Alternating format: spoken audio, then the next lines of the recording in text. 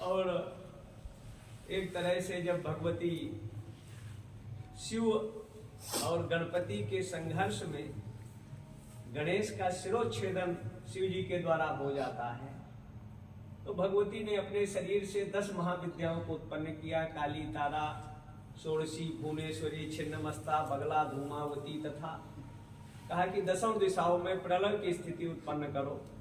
और ये देवता लोग अनर्गल निरापराध मेरे बालक का शिरोच्छेदन किया है। ब्रह्मा और विष्णु ने फिर इनकी स्तुति किया। फिर बालक गणेश को जीवन दान मिलता है। और भगवती फिर जब काफी देवताओं ने प्रार्थना किया तो 10 विद्याओं को अपने शरीर में उन्होंने समाहित किया। तब उस समय समाज में शांति का वातावरण निर्माण हुआ था, जिसका ब्रह्मांड पुराण, भृगु संहिता ऐसे 18 ग्रंथों में बगला का वर्णन निरूपण मिलता है। शाक्त प्रमोद एक ग्रंथ है, उसमें भी बगला का विशेष अर्चन आदि का वर्णन आता है उपासना आराधना के माध्यम से। यज्ञ कलयुग का साक्षात कल्प वृक्ष है।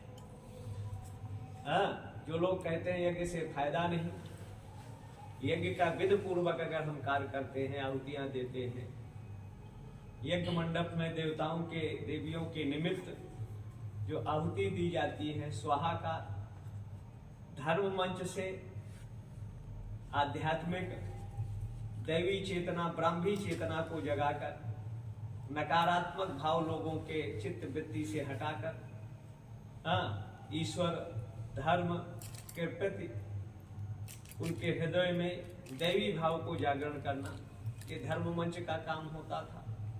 और ये 2 कामों को करने के लिए धन की आवश्यकता होती थी।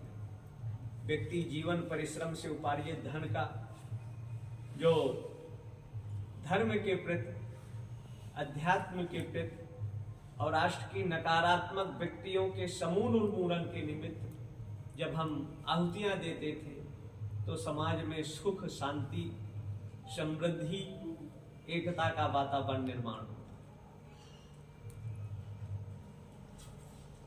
और बोलो को महाराज, जो आज हालात हैं देश के, हर युगों में तामसी वृत्तियों का प्रभाव रहा है। त्रेता को अगर ले ले तो रावण जैसा विद्वान व्यक्ति संपूर्ण भूमंडल में अपना वर्चस्व कायम किया, लेकिन आध्यात्मिक वनवास का जीवन व्यतीत कर यहाँ के गृहवासी, वनवासी, आदिवासी बंदर भालुओं को एकत्र कर और जगह जगह जंगल में संतों के आश्रम जो है एक तरह से खुफिया काम करता था। LIV या ATS का काम संत करते थे और राम का मार्गदर्शन कर विश्वव्यापी उग्रवाद, आतंकवाद और मानवता जैसे रावण का अंत हुआ। उसके बाद काल आता है कृष्ण का। कृष्ण के काल कंस और कृष्ण, राम और रावण एक ही राशि है प्राय। एक सात्विक प्रवृत्तियां हैं, एक तामसी और राशि प्रवृत्तियों से है, लेकिन सत्व या सत्य की विजय सदैव हुई। कंस सत्ता नसीन था और तत्कालीन प्रसूता नवजातों का वध करा रहा, लेकिन जेल में से उत्पन्न होकर संबंधित परवाहों की निर्वाह न करते हुए मामा कंस का उन्होंने अंत किया और समाज में सुखद वातावरण का निर्माण किया। उसके बाद आता है, अगर देखा जाए तो कुछ काल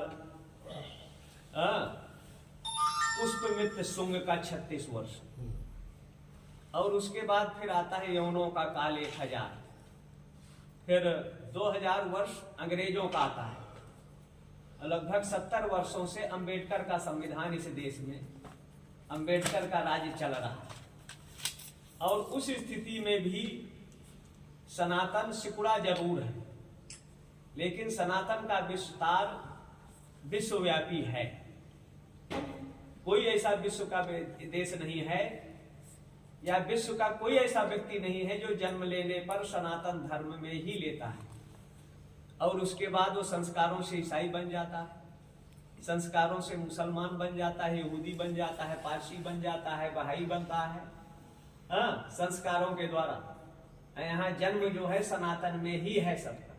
तो सनातन वैसे विस्तारित है और सनातन ही एक ऐसा विधा है या धर्म है जो एतद् देश प्रसूतस्य सकाशात् अग्रजन्मनः स्वम स्वम चरित्रम शिक्षेरन पृथिव्याम सर मानव।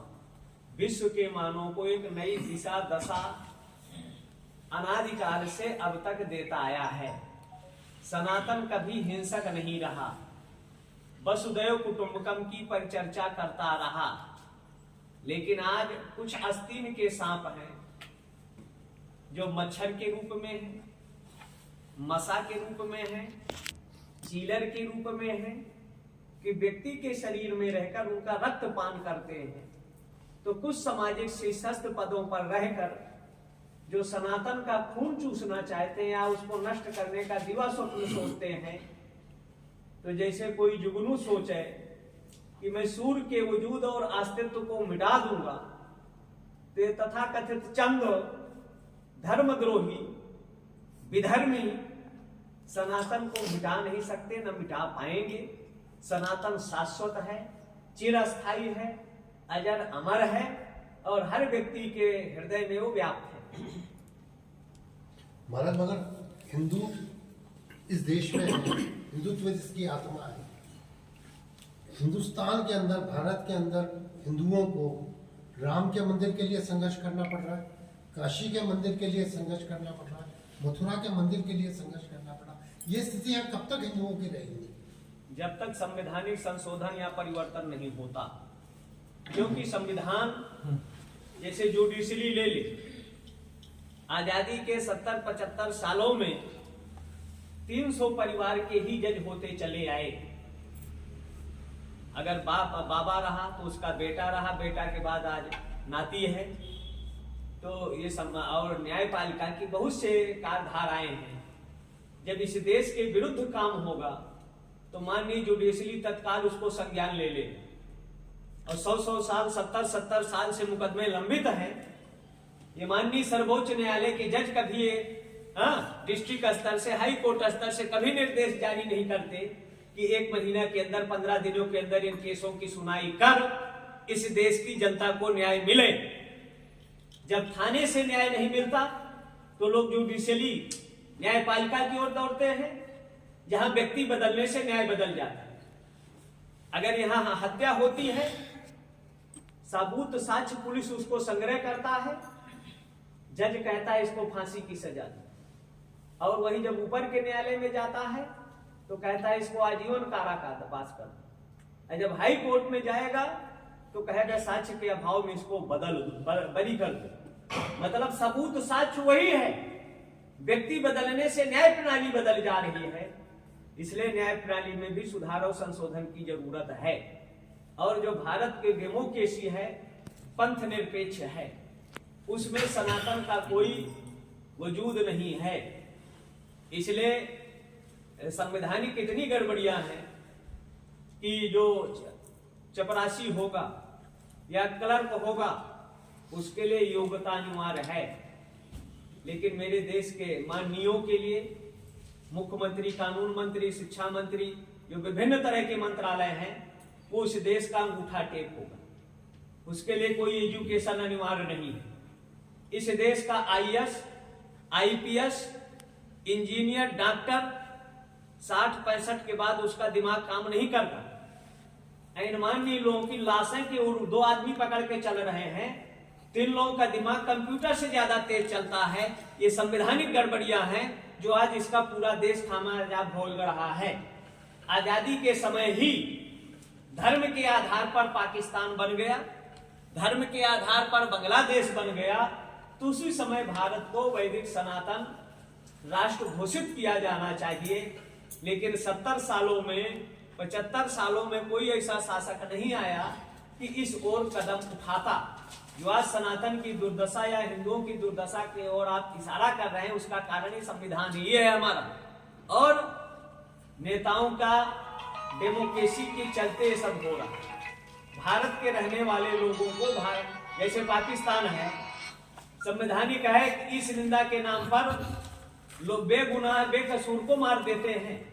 यहाँ खुलेआम भारत माता को गाली देगा, भारत के संविधान को गाली देगा और खुलेआम हमारे आर्मी को चैलेंज देगा और तब भी जिंदा है। ये सब संवैधानिक गड़बड़ियां हैं। अपराधी अपराध करता है। देश के आतंकवादियों के लिए न्यायपालिका 12 बजे रात को खोलकर न्यायालय सुन सकती है, लेकिन 5 करोड़ से ज्यादा मुकदमे लंबित है जो न्याय की आशा में और उनका निर्णय नहीं कर पा रहे हैं। तो इसका मूल संवैधानिक गड़बड़ियां हैं। इसलिए इस देश को न्याय प्रणाली में सुधार के लिए कोलोजियम सिस्टम खत्म किया जाना चाहिए। संविधान के हर विषय के विशेषज्ञों को 5-5 लोगों को लगाकर संवैधानिक संशोधन हो, अंतिम पायदान के गरीब को न्याय मिल सके। ये जब तक संवैधानिक संशोधन सुधार नहीं होगा और जाति और भाषा से ऊपर उठकर संवैधानिक व्यवस्थाएं हैं कि इस जात में पैदा होगा तो गरीब नहीं होगा और इस जात में पैदा होगा भले उसके परिवार में IAS IPS इंजीनियर प्रोफेसर होंगे तो गरीबे होगा। एक खाने का ठिकाना नहीं इस जाति में है तो अमीरे होगा। इसलिए जो आरक्षण प्रणाली है इस देश की योग्यता का सबसे देश को बर्बाद करना हो तो अयोग्य लोगों को पदों में बैठा दो। वो देश में अराजकता फैलेगी, अशांति फैलेगी, जातिवाद का विष घोलकर समाज का खून खराबा करेंगे। ये सबसे बड़ी गड़बड़ियां है। इसलिए देश का अगर सुधार करना है, देश में अमन चैन लाना है और अंतिम पांव वाले को भी न्याय मिल सके तो उसके लिए बहुत से मूल चूक परिवर्तन जरूरी है। और जहां तक सनातन का प्रश्न है या हिंदुत्व का प्रश्न है, ये सबको संगठित होना चाहिए, एकबद्ध होना चाहिए और संगठन में बहुत बड़ी ताकत है। लेकिन नेताओं का काम है ईटिंग और मीटिंग और अंत में इस देश की जनता के साथ चीटिंग, जिससे समाज में अशांति है। इसलिए जो सनातन मान बिंदुओं पर अनर्गल प्रलाप करते हैं उसको राष्ट्रीय स्तर पर एक कानून की जरूरत है। इस निंदा जैसे और ऐसे लोगों को देशद्रोह का लगाकर खुलेआम जो बगावत कर रहे हैं, देश और धर्म संविधान के विपरीत संविधान की शपथ लेते हैं कि हम संविधान के दायरे में काम करेंगे और जब पदों में पहुंच जाते हैं तो संविधान की धज्जियां उड़ाते हैं। ऐसे लोगों के लिए कानून जरूरी है जो इनको नियंत्रण कर सके, जिससे देश की एकता, अखंडता, शांति बनी रहे। महाराज